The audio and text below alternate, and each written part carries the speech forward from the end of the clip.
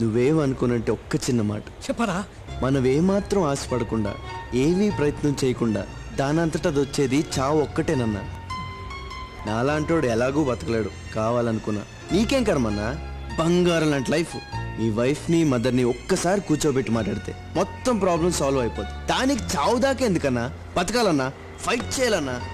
అంతేగాని చస్తానన్న మాత్రం అనకన్నా. ఓకే?